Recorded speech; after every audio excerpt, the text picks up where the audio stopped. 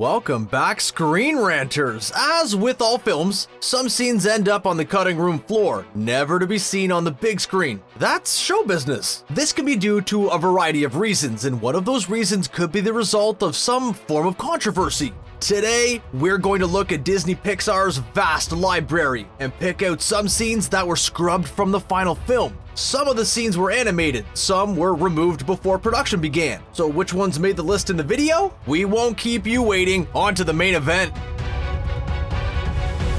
To start our list, we have the most recent deleted scene to make the news. In 1999, Toy Story 2 was released. 20 years later, a scene has now been cut from the film, and Disney has taken action against the scene due to connection with the Me Too movement. The Me Too movement, for those that don't know, was created for awareness of people to stand up to harassment and toxic environments where others were mistreated or taken advantage of. The scene in question is part of Toy Story 2's end credits, specifically a bunch of outtakes to make the audience laugh one final time. But one scene in particular didn't age very well at all. This scene involves the prospector believing he's off camera. He goes to flirt with two Barbie dolls inside his box. He expresses his happiness that the Barbies look exactly the same. He then tells them he can probably get them apart in Toy Story 3 with a not so subtle wink wink nudge nudge. Yeah, gross. This scene will be removed from all future public showings of the film. However, the internet does exist, so it'll always be around to haunt the House of Mouse.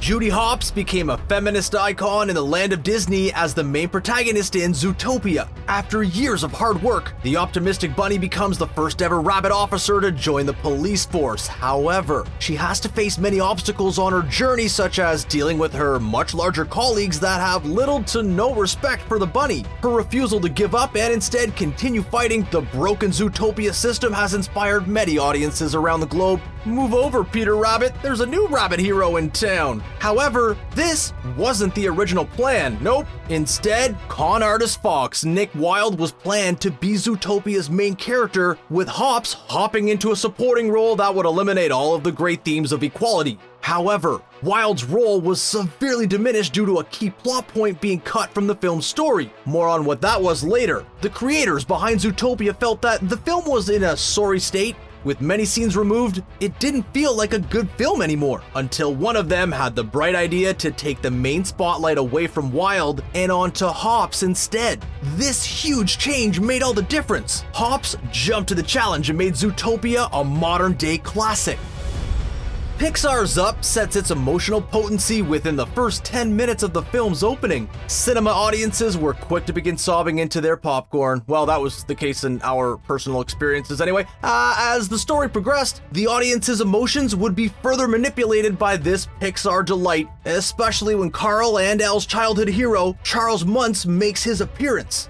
Due to his paranoia, the heroic Muntz was corrupted into being a bad guy. This was all thanks to his quest to capture a living, undiscovered bird from Paradise Falls. But when his plan failed to work, the creators of Up found themselves in a pickle. How could they get rid of Muntz? There was one in particular option that was rather disturbing. In this ending, Carl would lead Muntz into a labyrinth. He would use Muntz's desire to grab the bird, Kevin, against him. Carl would then sneak back out, but Muntz would continue searching within the rocky maze. Muntz would then be unable to find a way out instead, walking through the maze all by himself, lost, confused, and probably a little like Jack in The Shining. The creators came to the conclusion that, that may be a little too dark, which is probably a smart idea. Zootopia played around with a few ideas for their story, and early on they definitely wanted to use anthropomorphic animals as the characters, but beyond that the story was up in the air. One of the ideas to be thrown around was one that conspiracy theorists may be intrigued by. The idea was for Nick Wilde, who at the time was still one of the main characters, to team up with a paranoid badger. This badger would be known as a prepper. A prepper is someone who's readied themselves for the coming apocalypse. This badger would believe that the Zootopia sheep are up to something. That something would be a violent uprising. Yay, kids film. The creators thought that might be a wee bit heavy for what's essentially a family film, so instead, they decided to go back to the drawing board. This led to the Night Howler plot to fill the story void, which probably wasn't a bad idea. Alright, let's move on. The Scandinavian-based film Frozen was a box office smash hit from Disney. For months afterwards, for better or worse, the song Let It Go was played over and over.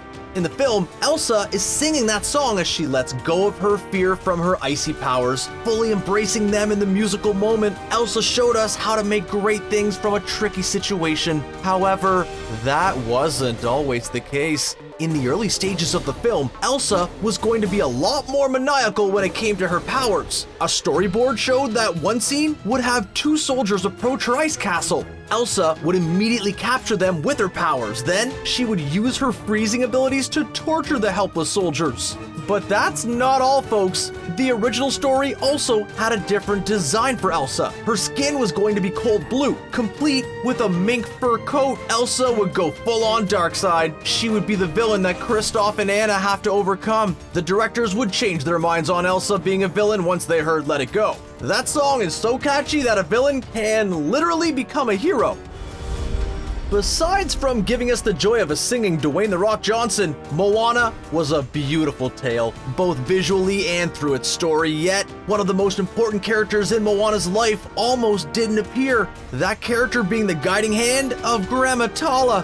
Shocking, right? In the early drafts of the film, Grandma Tala didn't exist. Instead, Moana would have other family members to help shape her destiny. Those family members being a massive 6 older brothers. The film would open with Moana's brothers racing canoes around some of the smaller islands as other islanders watch and cheer. Moana would then force herself into the race and attempt to beat her siblings. Her brothers would underestimate Moana due to her gender. During this race, Moana would be shown as a powerful sailor and would even win the race, much to the delight of the women watching on the island. Instead, the creators decided to make Moana an only child and then have an elder family member help guide her. That decision inspired Grandma Tala to come into existence. Considering the amount of spiritual guidance Tala provides for Moana, the film would definitely be missing something if they stuck to the original story.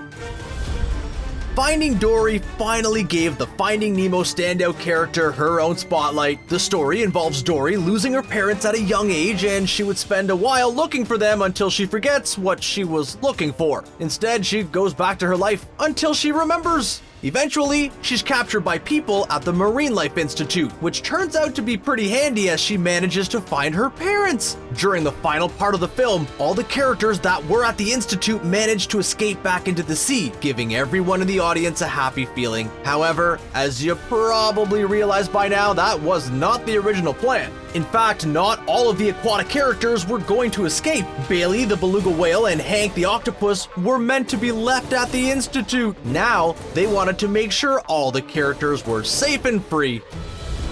Pixar's The Incredibles gave us the Fantastic Four film that Fox could not provide. It was a fun adventure looking into the life of a superhero family, but the end result could have been vastly different to what we got. The original plan was for the film to focus on the domestic life of a superhero family. Gone are the robot battles, the chase scenes, and the villain's diabolical plan. Instead, we would have a family doing domestic chores, but with superpowers. One scene that captured this different approach came in the form of a neighborhood barbecue. Bob is looking after the barbecue, goes to chop up some steaks only for his fingers to get in the way. Bob then has to hide his grisly injury from people at the barbecue. While this scene would likely have been hilarious in some fashion, thankfully, the creators changed the plot of the film entirely, which we've had the pleasure of enjoying again and again and again.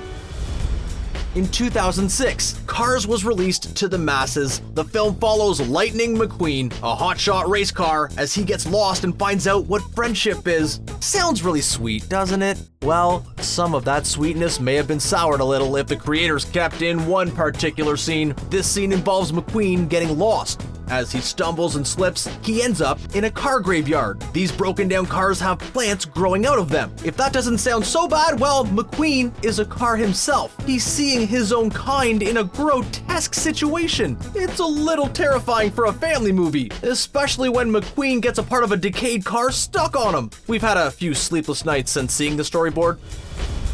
Boo is the adorable little human child that influences Mike and Sully to change their views on using human screams as a power source. Monsters Inc. showed us how even with language issues, we can still make a strong connection to another person. It's a nice message for Disney to promote, yet the film could have taken a completely different path. The original pitch for Monsters, Inc. had a male, adult human in the starring role instead of Boo. This human would hate his life until one day, he finds his childhood book. This book contains all the drawings he made of monsters years ago. The next day, he starts seeing these monsters everywhere, but only he can see them. Yeah, that's trippy. Understandably, the human begins to think he's losing his mind. Eventually, something clicks. He realizes that these monsters represent the various fears he has. He has to overcome each fear and befriends each monster as they disappear. It's a completely different film to the Monsters, Inc. that we got, but this alternate pitch also sounds like a very interesting idea, something that one day we hope Pixar will explore again, but maybe make the movie for teens and adults instead.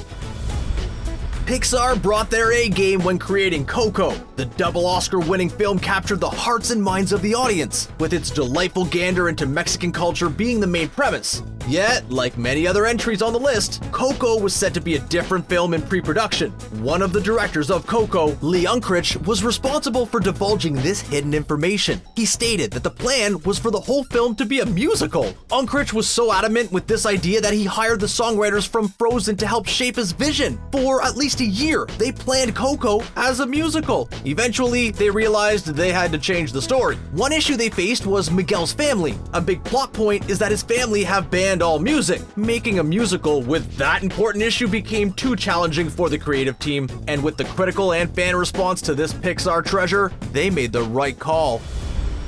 1995 changed the landscape of animated films forever. Toy Story was made with, at the time, cutting-edge technology. It would go on to influence all animated films in some capacity. Woody and Buzz Lightyear's blossoming friendship was the key to the film's story, yet it could have been different. What's known as the Black Friday reel could have changed the film's direction. During a Friday meeting, one of the creators went to show a test scene to one of Pixar's executives. However, the executive didn't like the scene at all. But what is this reel? The scene happens just before the toys go to Pizza Planet. With Andy only being allowed to take one toy, Woody throws Buzz out the window to increase his odds. Yeah, Woody was a sociopathic bully in this version. He taunts the rest of the toys as they stand up to him and belittles Slinky. This Woody is not a nice cowboy, not the heroic toy he is today. But that wasn't the worst that Woody was originally planned to be. Woody the villain. Just saying that sentence seems unnatural, but that was the first idea for Toy Story. Rather than just being a sociopathic bully like the previous entry, Woody would instead be the main antagonist for Andy's other toys. Have you ever wondered why a cowboy is called Woody? Well, it turns out that in the original concept art for Woody, instead of being a toy cowboy, Woody was going to be a wooden ventriloquist dummy. Suddenly the name makes a lot of sense. The executives also disliked Woody's personality. His sarcasm was dialed down and instead made him a little more likable. But due to these changes, the whole film had to be planned again. We do not envy the animators for having to do that. With Pixar's ability to humanize everything, it was only a matter of time until emotions became the next target, which is exactly what we got in 2015's Inside Out. We were treated to such emotions as joy and sadness, fear, anger, and disgust as characters. We watched as the emotions strove to make Riley's life as fulfilling as possible in their own way. However, originally there were other emotions planned to be characters as well. Such emotions planned were depression, irritation, pride, envy, love, greed, despair, and gloom, among others. Yet the creators would have second thoughts. Even though the average, almost teenage mind is full of emotions, they didn't want to go over the top. As you may have realized, the cut emotions mentioned were mostly negative. The positive emotions would be heavily outweighed, so they decided to cut the characters down to 5 key emotions, which is probably for the best. So here we are. We are now at the entry that we briefly mentioned earlier on. Why was Nick Wilde's role severely changed? In the first plan of Zootopia, there was a concept for the predator animals specifically. That concept being a shock collar they would all wear. When a predator feels strong emotions, if they don't listen to the warning, they'll get an electric shock. Ouch. One removed scene in particular caused Zootopia fans a great deal of anguish. This scene showed what was called a taming party. A young polar bear cub was getting his first shock collar, and he excitedly sees it as a sign of growing up. only for the collar to shock him. The crushing reality descends onto the young bear. All of this caused the audience to feel immense sadness at this dystopian Zootopia possibility. That's a wrap. Thank you for making it to the end of the video. You're a star. What did you think of our list? Did we miss any Pixar or Disney scenes? Drop your thoughts in the comments section below. Remember to subscribe to ScreenRant to keep up to date with our videos and click the bell to be notified. We'll see you next time, ScreenRanters.